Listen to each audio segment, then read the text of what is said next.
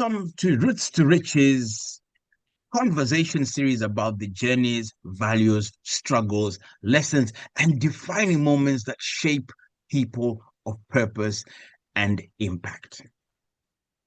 In this series, we go beneath the surface of success, understand the roots, the upbringing, discipline, faith, experiences, decisions, and relationships that produce a life of significance, service, and legacy. Today, I'm joined by Dr. Peter S. Chikumba, founder of Vision Leadership Center. Many people know him as an aviation executive, a leadership coach, consultant, and mentor. But today, we want to begin with the man behind the mission. We want to understand this journey, the experiences, the faith, the values, and the leadership lessons that shape his life and work. Welcome to Roots to Riches, Dr. Chikumba. Thank you, Ray, for welcoming me to this platform. I do appreciate. Okay. Now, sir, I know we can celebrate you to high and to no end. But right now, I just want to find out, who is Peter Chikumba in your own words? Thank you, Ray. And you did say today we can celebrate, but the man that sits in front of you is really a rural boy, born in 1954 in rural Zimbabwe in Guruve. Has walked quite a long journey to get to where we are today. But really, you are talking about a long journey between coming from that rural background at a farm, now today a family man. That's who I would say, a rural boy, grown out of rural Zimbabwe, rising through by the grace of God. I can only say where I am today is the making of God, a long story which we'll get time to talk about. Okay. No, interesting. Interesting. I mean, like you put it, from a rural boy. I'm trying to think, did airplanes even fly over Guruve at the time for you to even know one day I want to be an aviation expert? I mean, I would love to explore this, and I think hopefully we'll get time to talk about this, Dr. Peter. But what are your earliest memories? Things that have shaped you? Great. When I think of my earliest memories, one thing that I'm quite clear in my mind, and this quite often comes back to me, is the year 1958. In Wow. 1958, at the age of 4, my father took me from the village where we were settled when he had just bought a farm. And Mhm. the memories that I've got are memories of nature, trees, animals at the farm, a 4-year-old boy with the father. And some of the things that come into my mind is that what I call responsibility, accountability today didn't begin in a boardroom. I remember very well the things that my father used to take me, waking up in the morning, teaching me how to wash myself, putting food by my side, and then leaving me with the dog and the kettle to spend a beautiful day. That is the memory that I've got. Memories that say that today, while I see these early lessons of taking responsibility for the things that would see me live well, I remember the men who would always be by my side checking on me. But nature to me is the greatest thing I remember. Animals, trees, and we'll get to talk more about that. Okay. So, in terms of leadership lessons, because I know you're very big on leadership lessons. What leadership lessons do you pick up from that childhood? Because right now you're sounding like David looking after, or not sheep in your case, I guess looking after cattle. So how does that impact your journey today?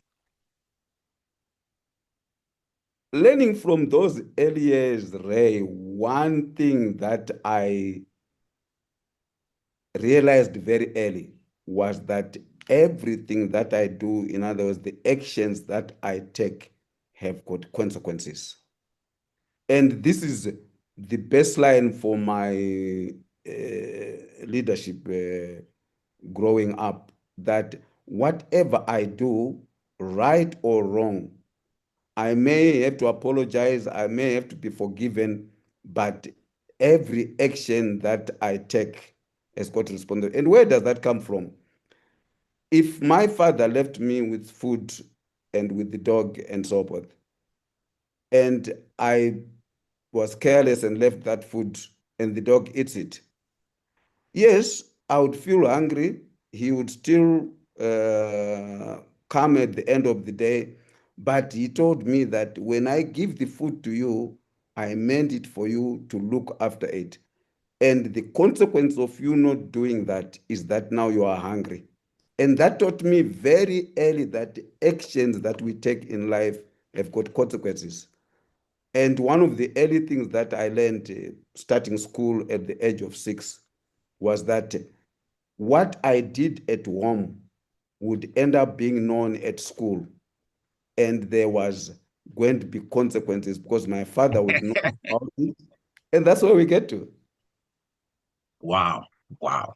So right now, the way you are deferring to your father, it looks like your father was quite an inspiration for you in your early formative years.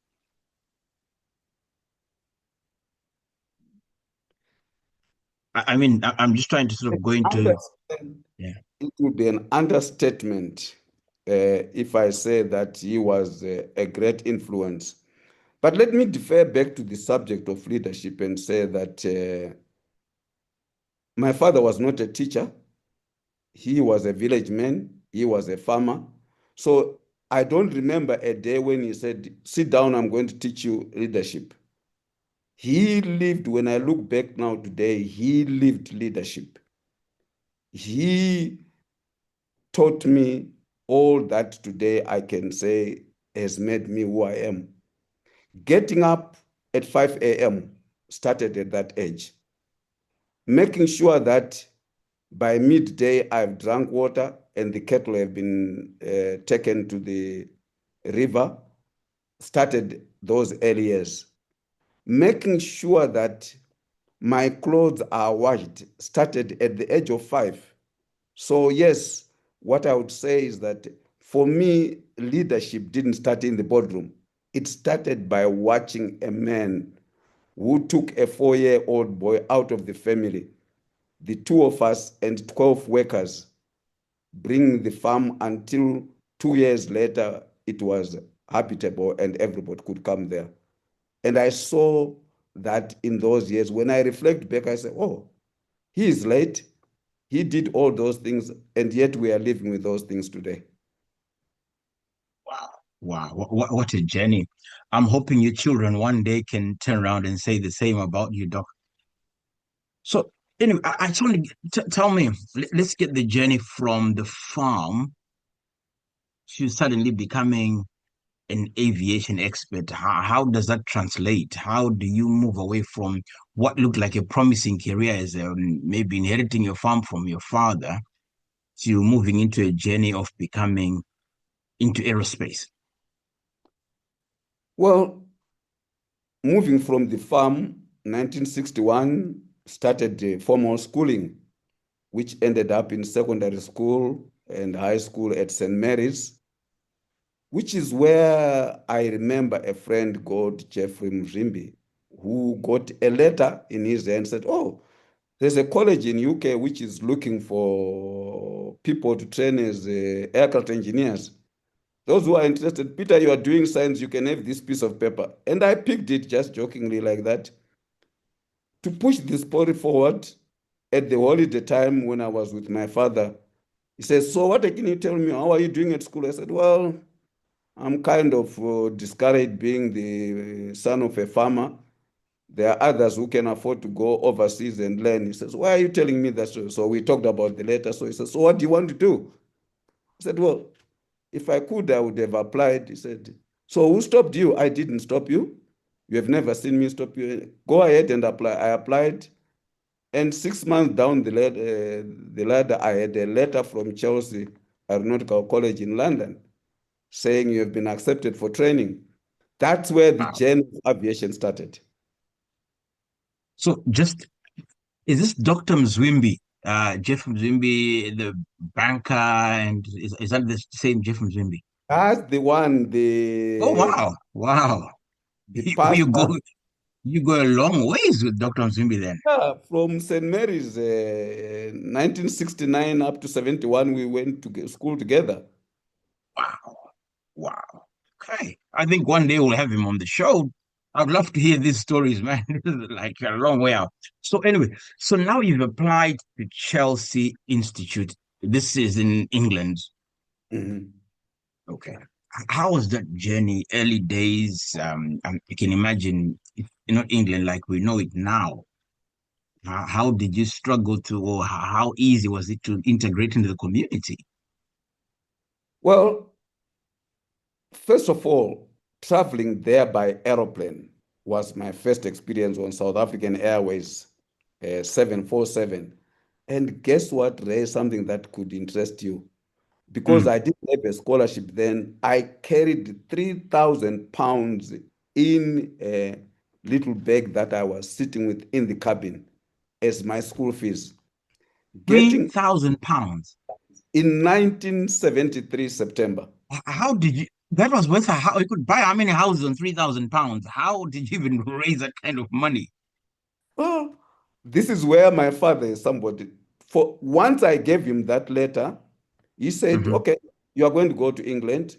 He sold, I remember, 28 bales of cotton, six cattle, 280 bags of maize from the farm to raise. And then my brother, who was, his name is Luke Chikumba, who was a teacher, took a loan from Scotfin then for my airfare. That is how it was raised. So getting into England, I knew exactly what had been sacrificed.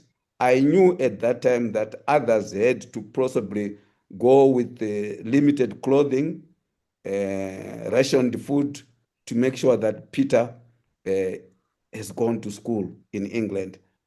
And entering England, I mean, the first thing that happened is we're in London initially. I get into a flat, first time to ever live by myself, paying 28 pounds in a flat that covered my rental. And then we had a little machine where you would slot coins for gas and so on. I mean, it was a complete different type of life altogether, but one that I remember very well that getting into England for me was not by coincidence. It was the journey that would transform my life.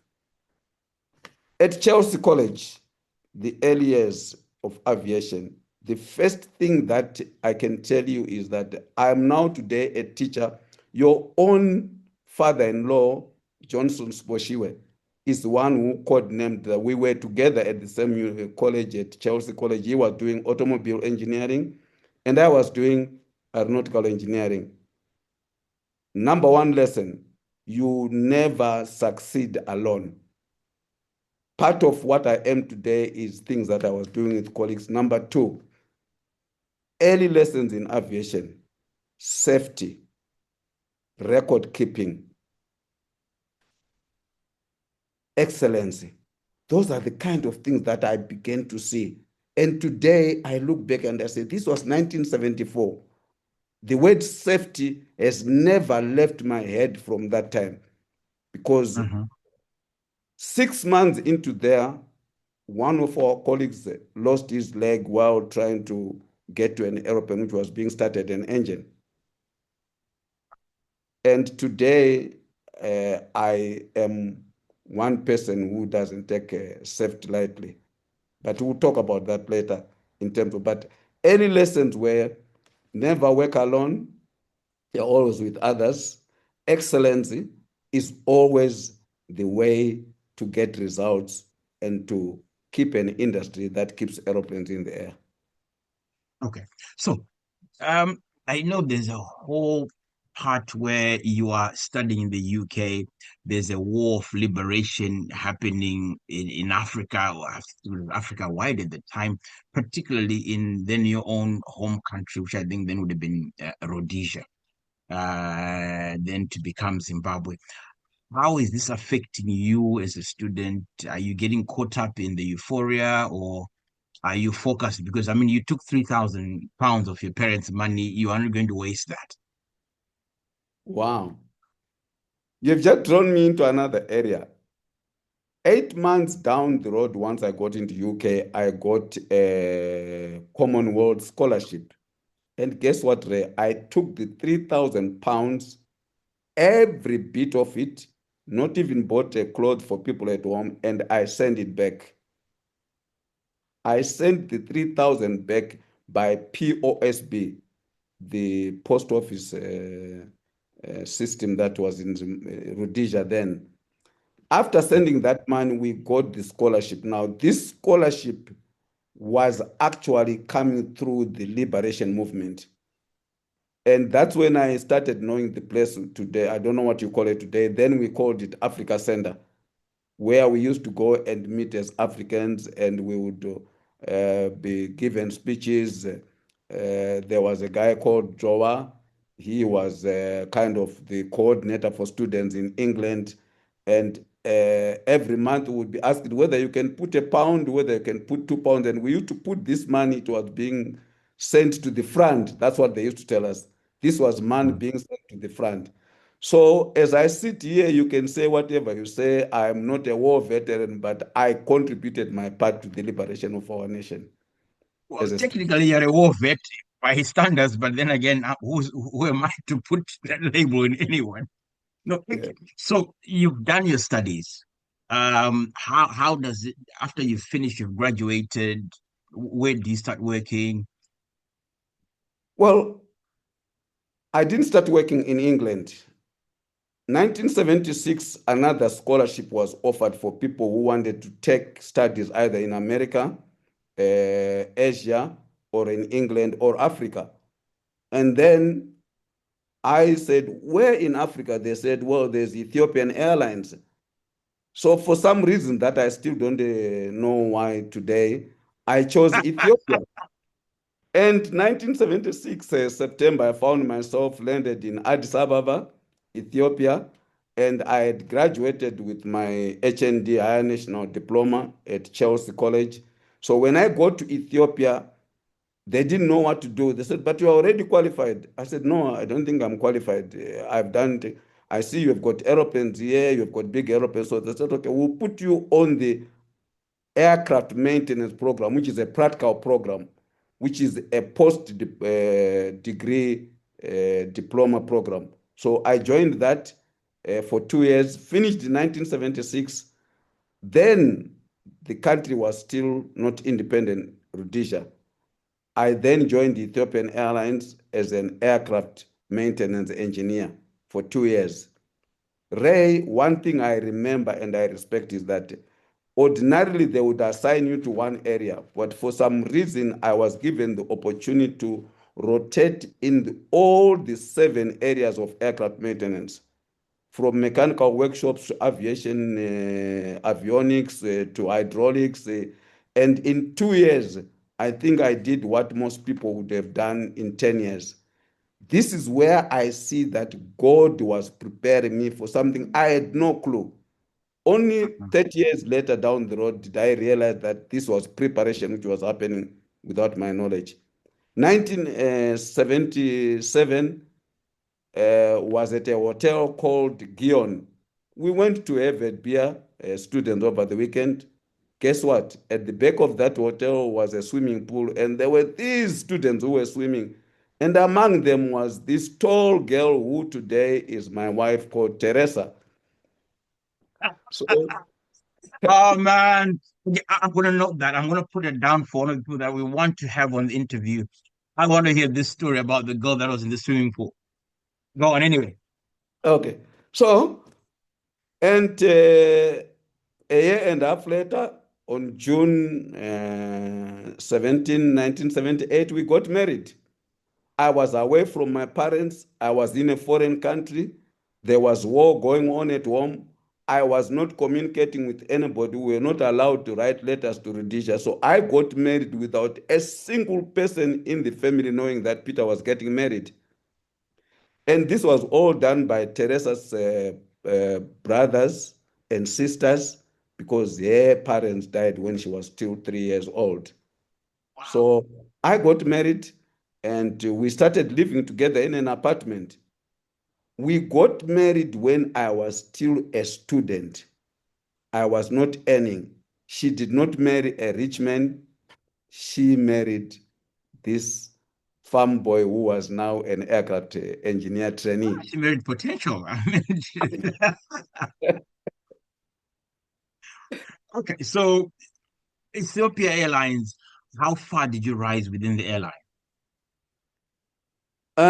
The first stages of an engineer. I left there in 1980 when I was what we call entry junior aircraft maintenance engineer.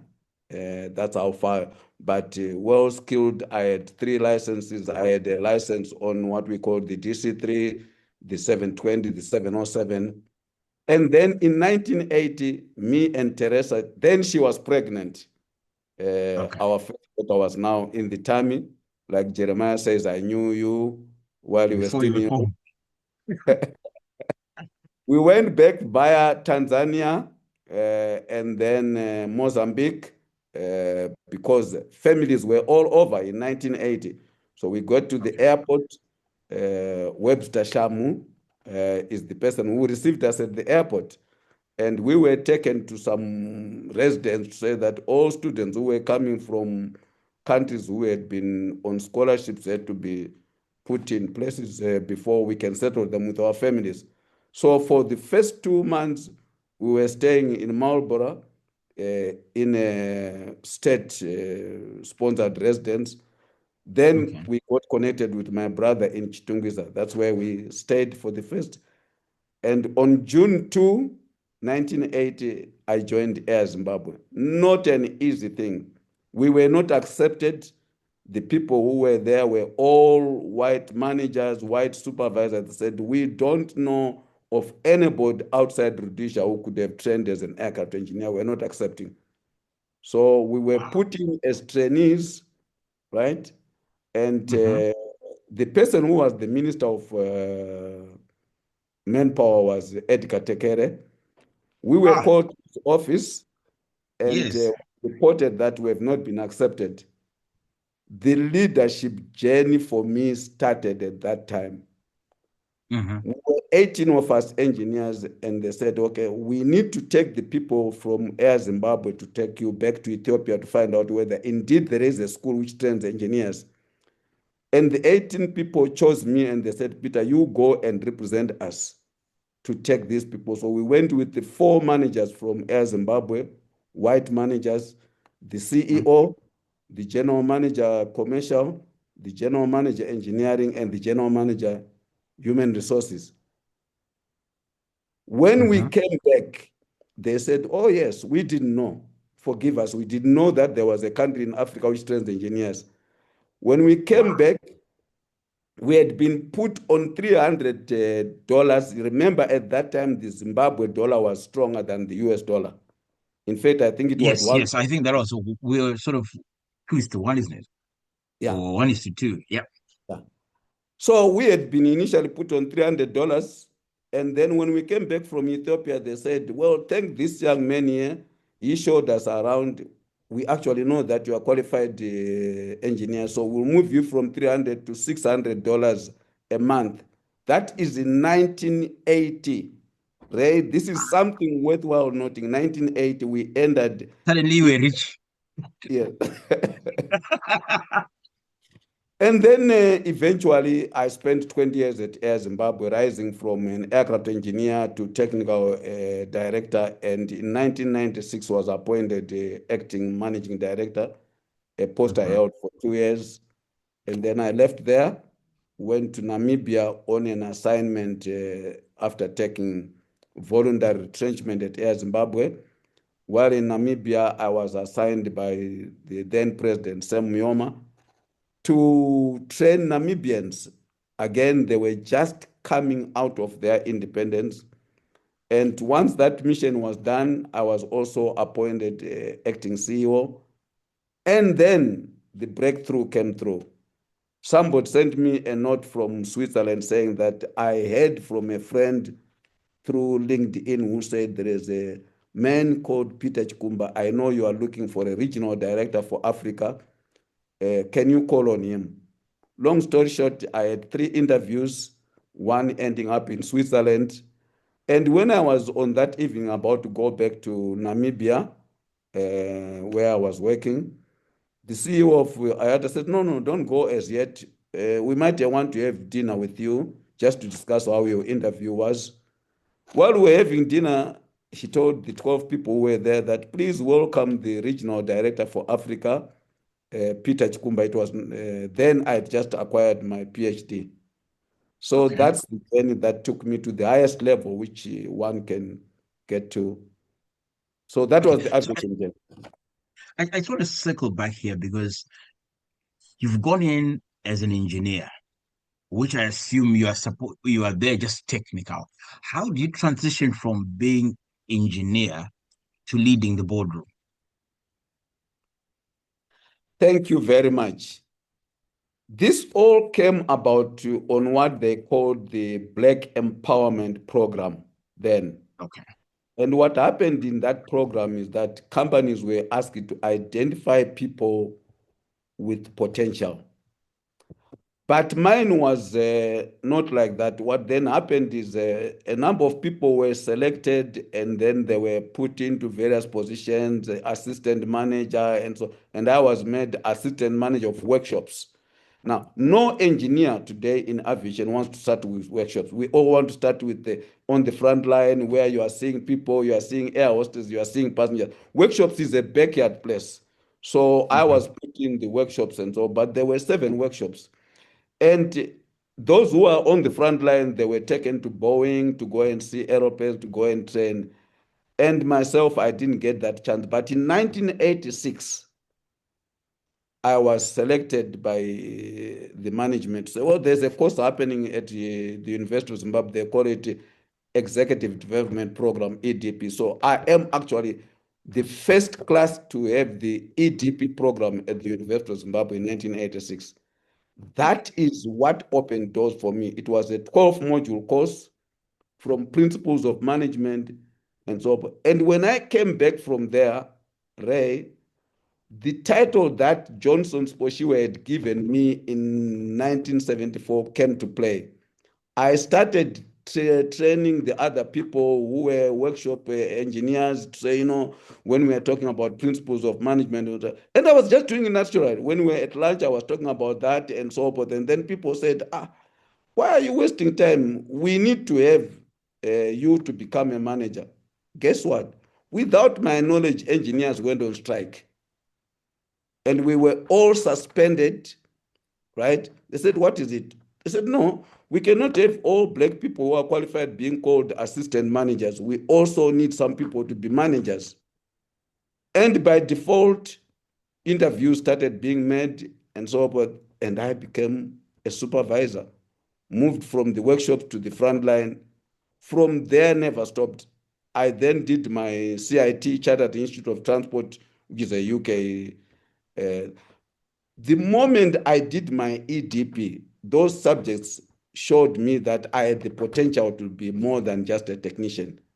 And I Mhm. started studying. So I became a leader, not by way of being developed by other people, but I saw the potential of developing other people. And I could only do that if I had knowledge which I could transfer to others. So that's how the journey of leadership started. Okay.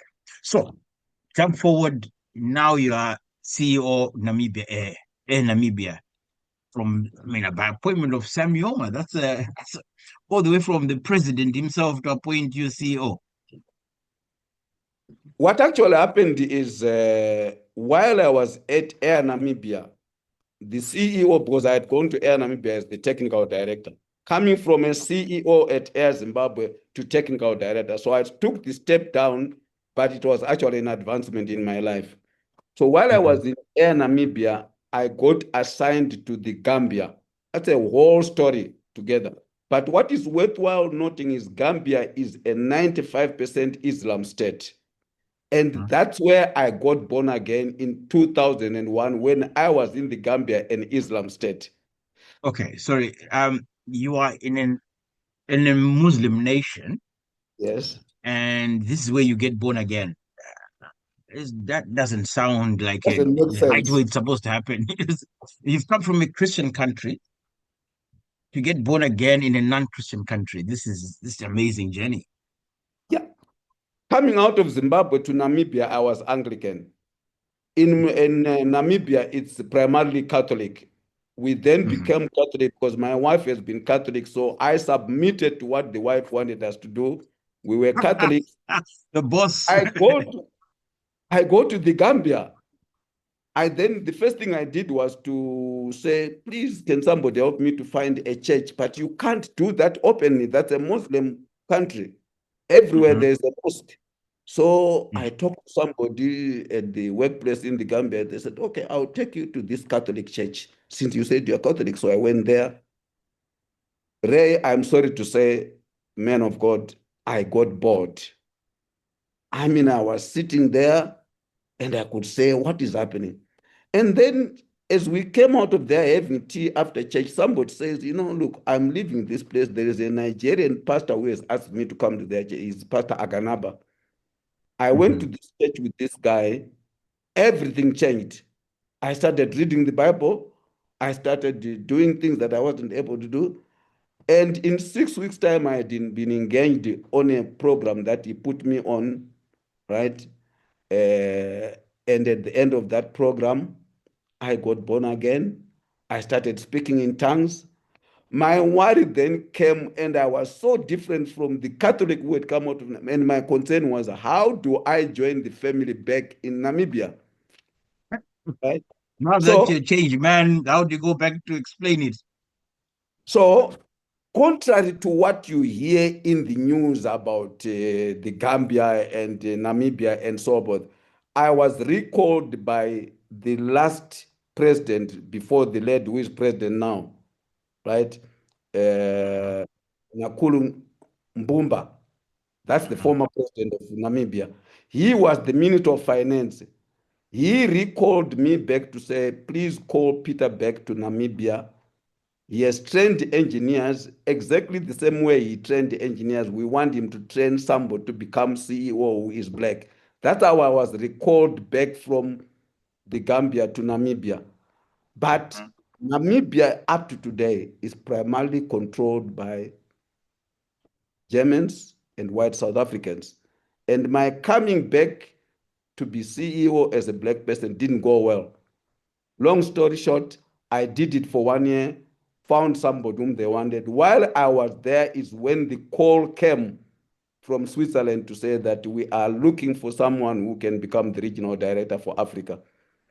And I have a letter which I'll share with you, which was written by then Honorable Mbumba, who then became the president of Namibia, how he appreciated my effort of training black engineers and putting Namibia on the path it needed to be in aviation.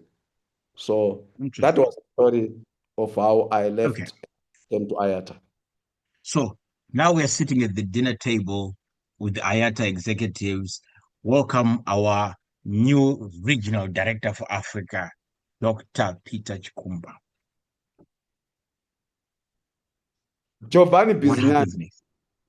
Giovanni Bizignani, who is an Italian, was then the director general for IATA. He's the one who did the final interview. So he said, Mr. Director, as you leave here to go to Namibia, here is an envelope opened. That was the offer letter, and said, but now we are not talking to you as the CEO of Air Namibia. We're talking to you as the director. What is the one thing that you would want to see when you come back here? So I said, sir, for the last 60 years, the regional director for Africa has been sitting in Geneva. The first request I'm making is the ambassador for Africa must sit in Africa. Mhm. He said to the management, did you hear that? So before you look, and which country is that going to be? One of the deputies to the director general said, Kenya has been the place we've been talking about. Peter, would you want to live in Kenya? I said, any day, I'll go there.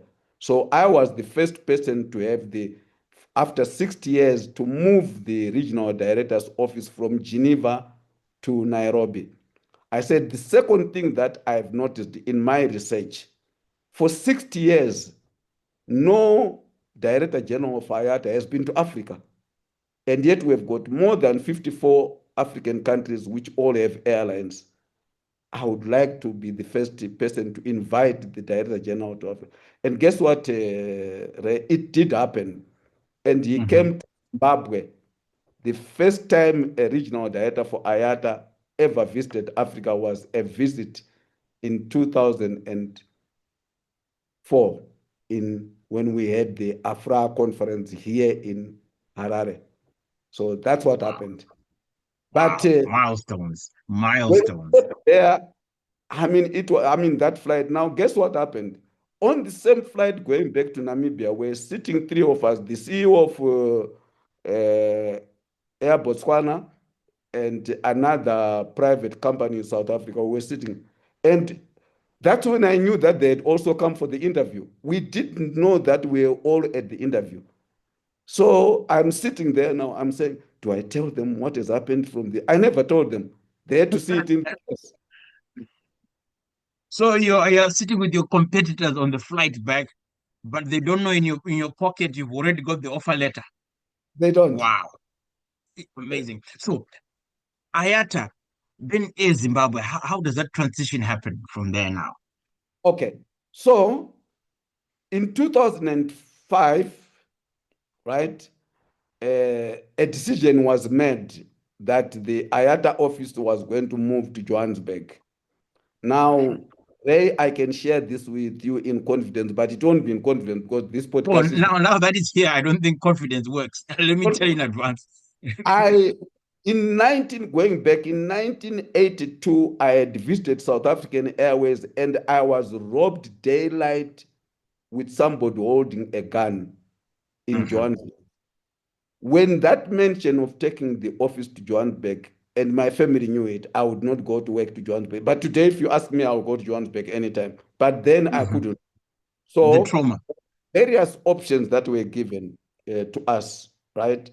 One was you go there or you consider to take an early exit. I took the early exit. And as part of that early exit, IATA offers you either you get cash money or they train you.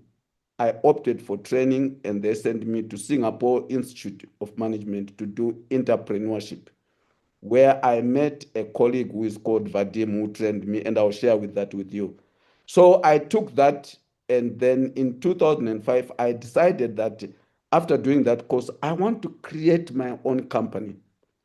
I saw a gap and I registered.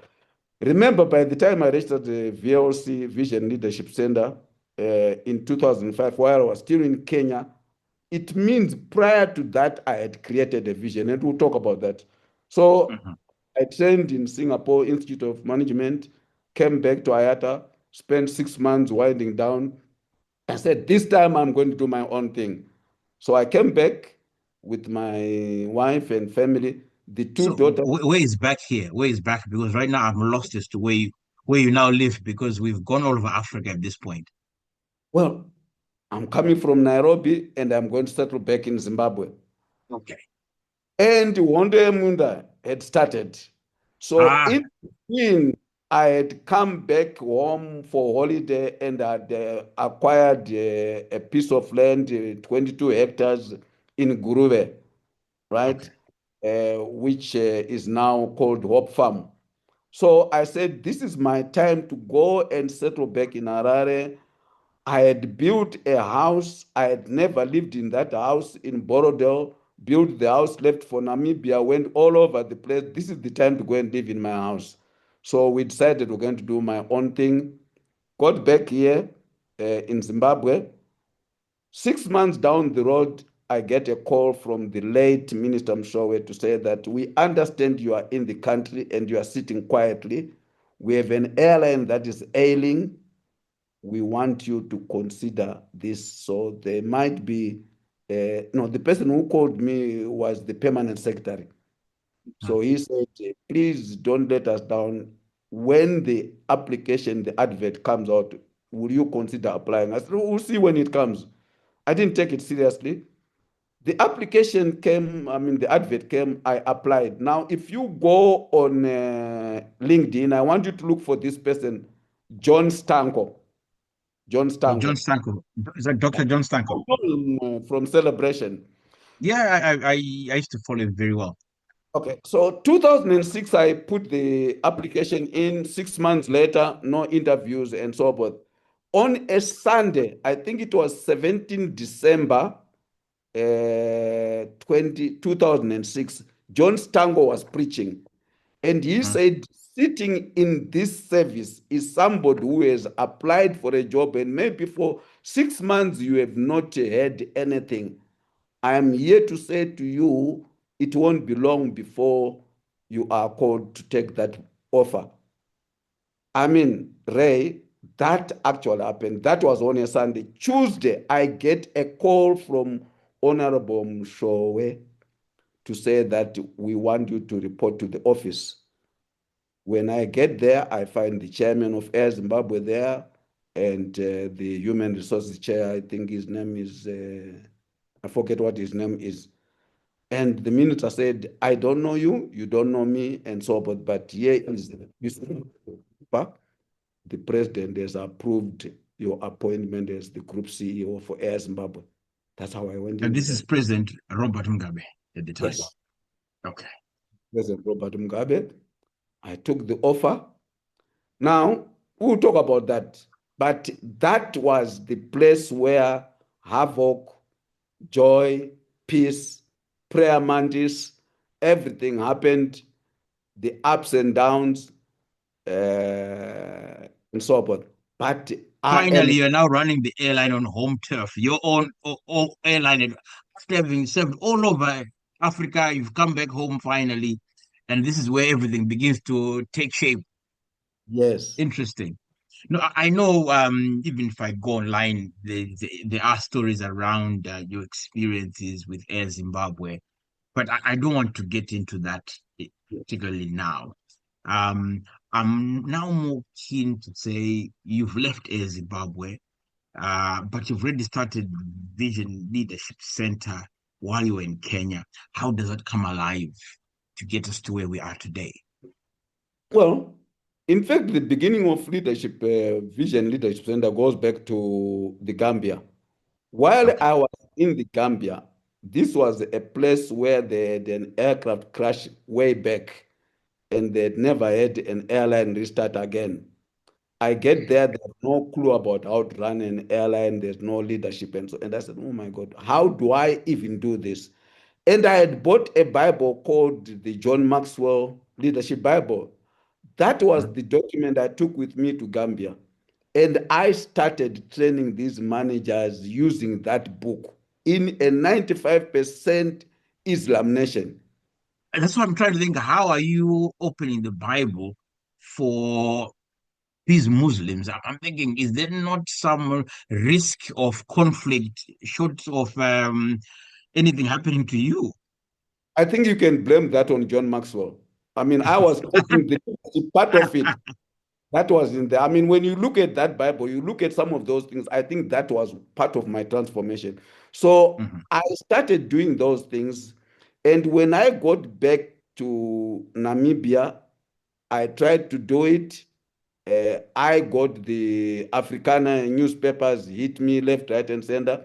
I'm taking you to back to Zimbabwe where we are in 2007. Back to Air Zimbabwe. One of the things that I would do is every Friday I offered a 2-hour leadership training session. for anybody who was interested, from pilots to managers and so forth. And I can sit here and confirm to you that no less than 300 people benefited from those sessions. They were not paying anything. What they were paying in is 2 hours. So by the time I left Air Zimbabwe in 2010, joining Celebration Ministries, Vision Leadership Center in the background was happening because I was already training people, running these sessions. I continued those sessions after I left Air Zimbabwe in 2010. Now, entering celebration didn't happen the normal way that you would think. Vision Leadership Center, I go to Pastor Tom with my script that I want to now do my own thing. I want you to bless me. I want you to pray for me. I show him my vision, the one that you see in the background. If you look at the back there, you will see that looks there. That's the Vision Leadership logo. I then say, Pastor Tom, pray for me. This is what I want to do, and so forth. So he says, no, I have no problem, Peter. Praying, I'll pray. But before we get into praying, can you read this piece of paper? I've been following your story. You came from IATA. You transitioned Air Zimbabwe into an internationally safety record registered under IATA. You have done some few things in Namibia. Read this paper. And I see, looking for chief executive. He says, I've been thinking for a while for how I will get this ministry to become a ministry as well as a business entity. And I want you to consider that. I said, oh, no problem, Pastor Tom. I know a lot of people. I'll find you somebody and so forth. Once I'm doing my VLC thing, that is the first thing I'll do for you. He says, no, you are not. I'm asking you to consider applying for this. That's how I got into celebration. And while we were there again, I continued this thing every Friday at celebration. Those who wanted to, including Pastor Tom himself and Pastor Taz, whom you know, they have all attended my leadership appreciation program. So I was running that program every Friday and so forth. And then other things happened in between. You know that I was imprisoned. But during that time, when I came out of there, right, I said, now vision leadership has got to happen. The lessons I picked in the lesson told me that I had come out of the pit. I was now in prison. I must go somewhere. And I went to Pastor Tom again and I said, okay, let's pray again. Vision leadership. So I said, okay, this time, while you are doing your vision leadership center, I want you to be the director of the celebration college to try and get us accreditation.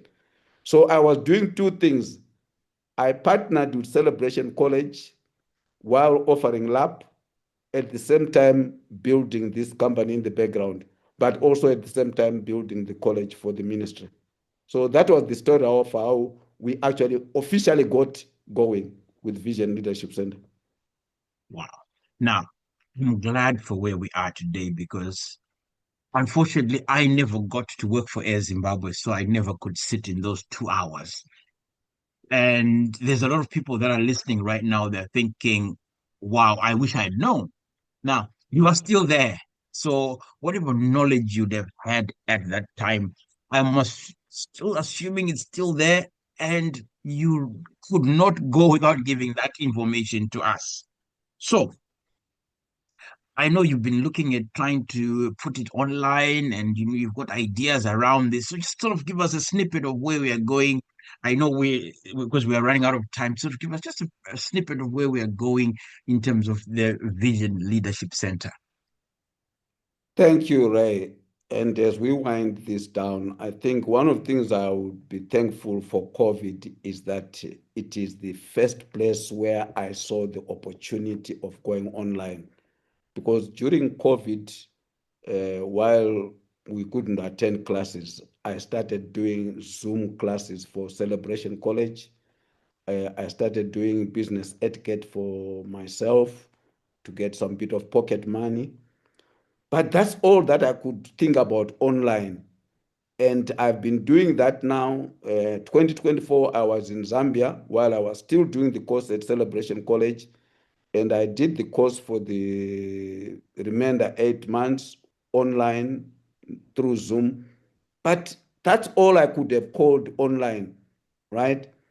And then just recently, Johnson Siboshiwe, Baba Wafarai, was here in Zimbabwe, and we met your sister. And we got talking, and she said, I am your alumni. What are you doing? And we just talking about it and so forth. You visited Zimbabwe some time back, and we started talking things about legacy and so forth. And then I get this call from England, from a young man called Ray Kumalo. And he says to me, Dr. Chikumba, I just want to talk to you.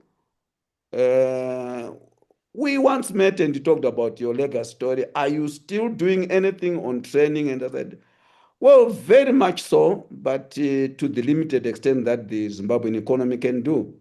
And here today we are, you invited me to say that let's think about this. I have a vision on how we can bring Vision Leadership Center online. So it's your birthing. The idea is yours. And I'm only here to say, Lord, here I am, send me. Oh, wow. Thank you very much for the honor. Now, last question, and I promise it's the last question. What one question should every listener ask themselves after hearing your story? What is your last thought? What should we be thinking about after hearing this story? And I will honor what you have said, Ray. The one question that comes to my mind is that, are you busy studying? Are you busy building a business? Are you busy making money as a nurse? Or are you doing something that is going to live after you are gone? That would be my last question. Thank you very much, Doc.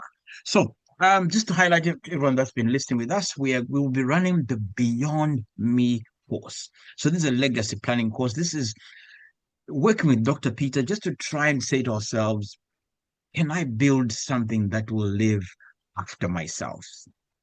It is saying, I don't want to just leave something for my children, but I want to leave something in my children that will live beyond me. So there is an opportunity to join us. And we will be putting adverts out there for when the course will be on. But for today, it is up to me to say, thank you, Dr. Peter, for your time. I think we've enjoyed your story. And please look out for the next interview because we want to follow this journey. We want to hear some of those lessons that people sat in boardrooms to understand. Whether you're an entrepreneur, whether you want to become an executive, whatever role you want to play in life, even pastors have attended this course. Whatever your journey in life, everything requires leadership. So follow us, Roots to Riches. We will be talking to Dr. Peter.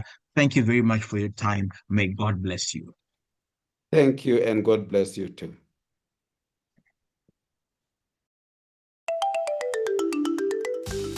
You've just listened to Roots to Riches, stories of ordinary people doing the extraordinary. If this episode moved you, share it with someone who needs a reminder that their journey can start today.